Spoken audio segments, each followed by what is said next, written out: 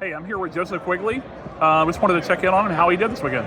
Well, I got 20th place, top 32 of 340 players in the Friday 10K. Had a great run with this incredible blue-green deck. Wanted to keep spicing it up. Wheels fell off a bit today for the 15K. Started off 5-0. Then got 4 straight losses. However, I'm proud of how the deck performed this weekend. I think it's really solid. I still think it's got a lot of potential and can compete in this metagame. And let me show you how I did it. All right. Yeah, absolutely. So first off, we got the popsicle, the 4-bell, 4 popsicle. This fixed so much about blue-green, it's insane. The ability to just have something that can touch board early, that can sing early. I played this deck back when this didn't exist, and like how this felt convinced me that this deck could compete. For sure. We've got the expected 2 develops. I guess a bit of added consistency. You can take even further type choices, but it gives you up to 1 drop count notably. I've left on 2 small Clarabelle. I played with 3 as well. I think carving the shift line is actually really solid. Fronting it can lead to some incredible lines. And it's also solid into red blue items, which is fairly popular right now. Yeah, for sure. We've got the standard ramp package, 4 cheapo, 4 sale. Need to see it on 2 or you die. But you know, good cards. Blue cards do blue things. For Tala, not unexpected, just good card draw, good battler, what you ramp to.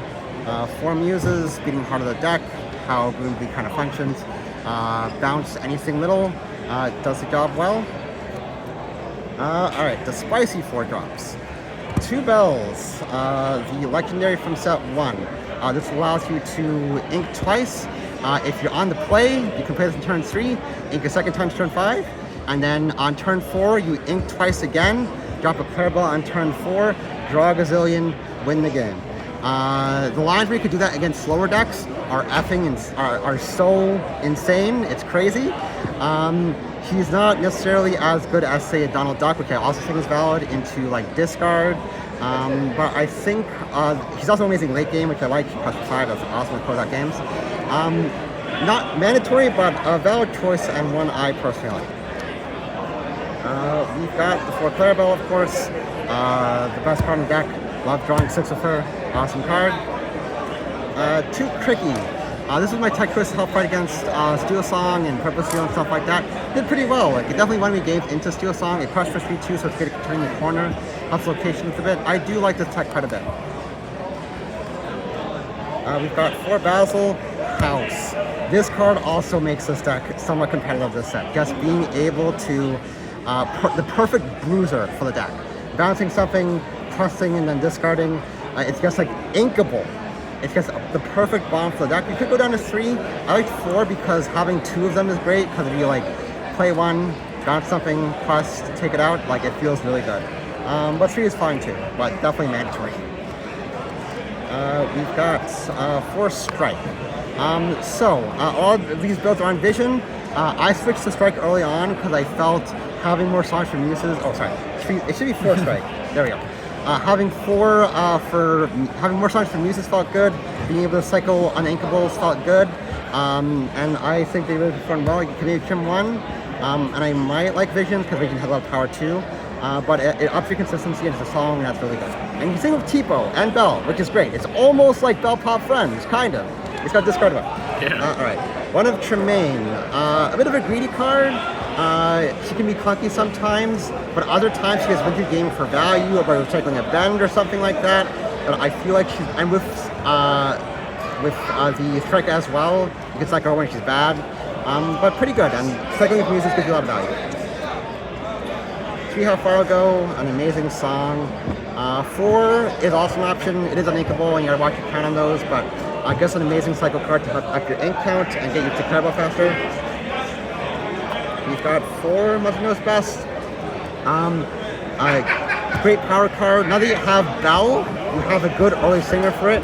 When the Bell signs, it's like turn 1 Bell, ramp into muses, sing with this, bounce 2 things, like bounce to Smee and Cinderella. Feels great on the play. I did win a game today like that. And just a really powerful card. You could go down to 3, I think that's fine, but it's so good in this deck, it's crazy. For your welcome, mandatory of course. Get rid of anything and then draw off Clarabelle. It feels great. 2 for Heffalumps. This is just good into aggro. It's another card you can cycle with Tinkle or Bell.